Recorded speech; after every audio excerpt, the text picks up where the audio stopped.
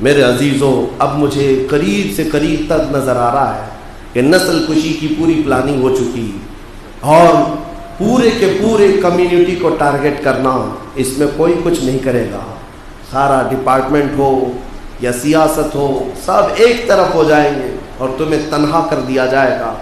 اور اگر ایسا کیا جانے والا ہے جیسا یہودیوں کے ساتھ ہٹلر نے کیا، اوگانڈا میں ہوا، بوسنیا میں ہوا، برما میں ہوا، تو یاد رکھنا یہ ہماری آوازیں آواز رہ جائیں گی۔ پھر تم اپنے ارد گرد صرف مردے ہی دیکھو گے، اپنے بچوں کی تڑپتی ہوئی لاشیں دیکھو گے۔ آپ کو پتہ نہیں آپ کا رمضان یہاں اچھا گزر رہا ہے، کئی لوگوں کی دکانیں لٹ چکی ہیں، ان کا کون سا رمضان ہے؟ کئی مسجدیں جلائی جا چکی ہیں، ان کی کون سی تراویح ہے؟ کس جرم میں اور کس پاداش میں یہ مارے جا رہے ہیں؟ میرے عزیزوں، اب حل کیا ہے؟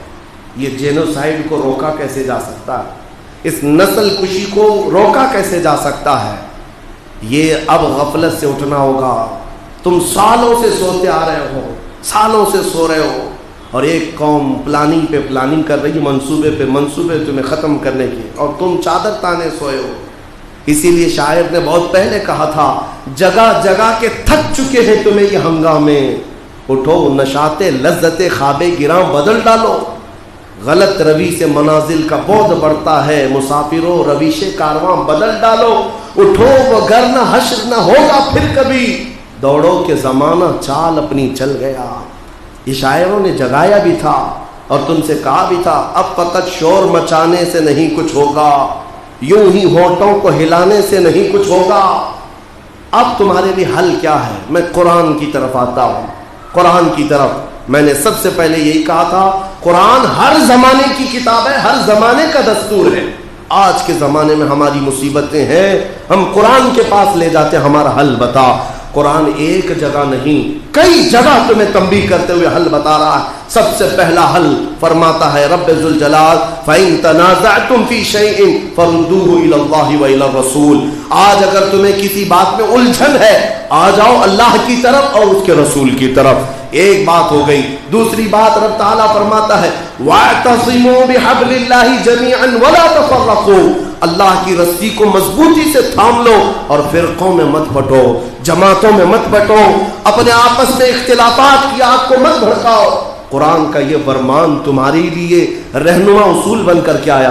تم نے ہزار اختلافات اپنے ہاں ایسے رکھے ہیں، تمہارے تو ایک دوسرے کے سلام بند ہیں، ایک دوسرے کے مصافحے بند ہیں، فقط سلسلوں کے نام پر تو یہاں جنگیں ہیں۔ تو پھر اس قوم کا کیا ہوگا؟ اسی لیے کہا کسی نے متحد رہو گے تو کہلاؤ گے مومن و غازی، منتشر ہوگے تو قصتوں میں صفایا ہوگا، منتشر ہوگے تو قصتوں میں صفایا ہوگا۔ میں پورے ہند کے مسلمانوں کو یہ دعوت دیتا ہوں کہ آج تمہارے اتحاد کی سب سے بڑی ضرورت ہے، اس لیے کہ پرابلم سب کا سیم ہے، پرابلم سب کا سیم ہے۔ میں اپنے عقیدے کی اتحاد کی بات نہیں کرتا، میرا عقیدہ جو ہے اس کی آئیڈینٹی کے ساتھ میں کل بھی تھا، آج بھی ہوں، اور میرے آقا صلی اللہ علیہ وسلم کی عزت کے ساتھ میں کسی سے کمپرومائز نہیں کرتا۔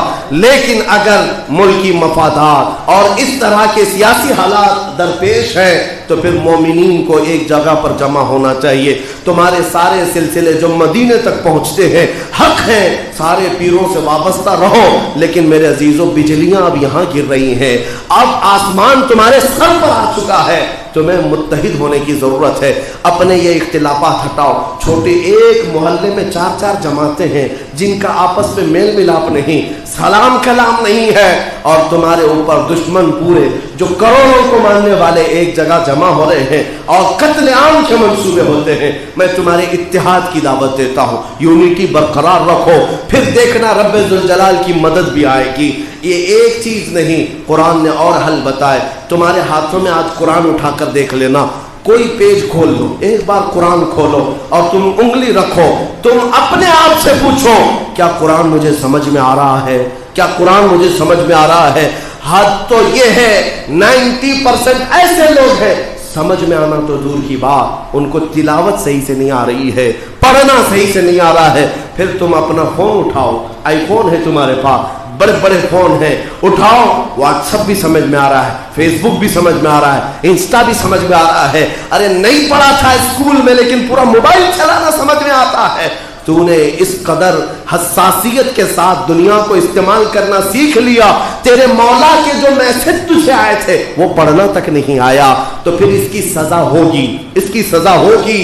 میں نے ایک بڑے مفکر اور مفسر سے سنا، یہودیوں کو جو سزا دی گئی تھی اس کی وجہ کیا ہے؟ مولا نے فرمایا خذ الکتاب بقوہ، کتاب کو مضبوطی سے پکڑو، خذوا ما آتیناکم بقوہ، ہم نے جو تمہیں دیا ہے مضبوطی سے پکڑو، اور اگر کتاب کو مضبوطی سے نہیں پکڑو گے تو پھر تم کو قوم و ظالموں کے حوالے کر دیا جائے گا، انجام کے لیے تم خود تیار ہو، اس کی سزا بھی ہمیں ملے گی۔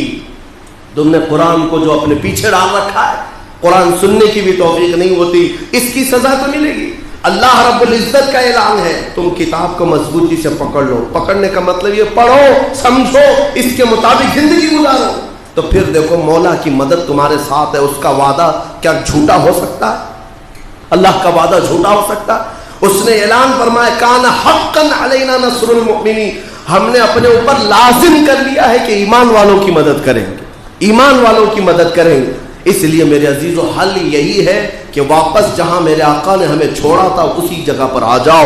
میرے آقا صلی اللہ علیہ وسلم نے صحابہ کو جہاں چھوڑا تھا وہاں آ جاؤ، پھر دیکھنا یہ جینوسائیڈ کا یا پھر نسل کشی کا جو بھی منصوبہ بنائیں گے، میرا مولا فرماتا ہے وَمَكَرُوا وَمَكَرَ اللَّهُ وَاللَّهُ خَيْرُ الْمَاكِرِينَ، یہ کفار منصوبے بناتے ہیں، پلاننگ کرتے ہیں، اور اللہ سب سے بہترین تدبیر کرنے والا ہے۔ کس کے مکر کو، کس کے پلان کو اسی کے جال میں پھنسانا، یہ مولا تبارک و تعالیٰ بہتر طریقے سے فرماتا ہے۔ یعنی ان لوگوں کو انہی چالوں میں، انہی جالوں میں عذاب کے شکنجے میں پھنسا دیا جاتا ہے۔ بہرحال میری آخری بات یہ ہے، ابھی رمضان باقی ہے، توبہ کے ایام باقی ہیں، توبہ کر لو، اپنی زندگی کی اصلاح کی کوشش کر لو۔ اے نوجوانوں، اگر آج بھی تم باز نہیں آئے اور اب بھی اگر تم عیاشی کو ہی پسند کرتے ہو تو پھر ہمارا تمہارا کیا تعلق ہے؟ پھر تم جیو اور پھر ان خون ریز جنگوں کا انتظار کرو جہاں کسی کی بھی زندگی محفوظ نہیں رہنے والی ہے۔ اللہ کریم ہمیں کہنے سننے سے زیادہ عمل کی توفیق عطا فرمائے۔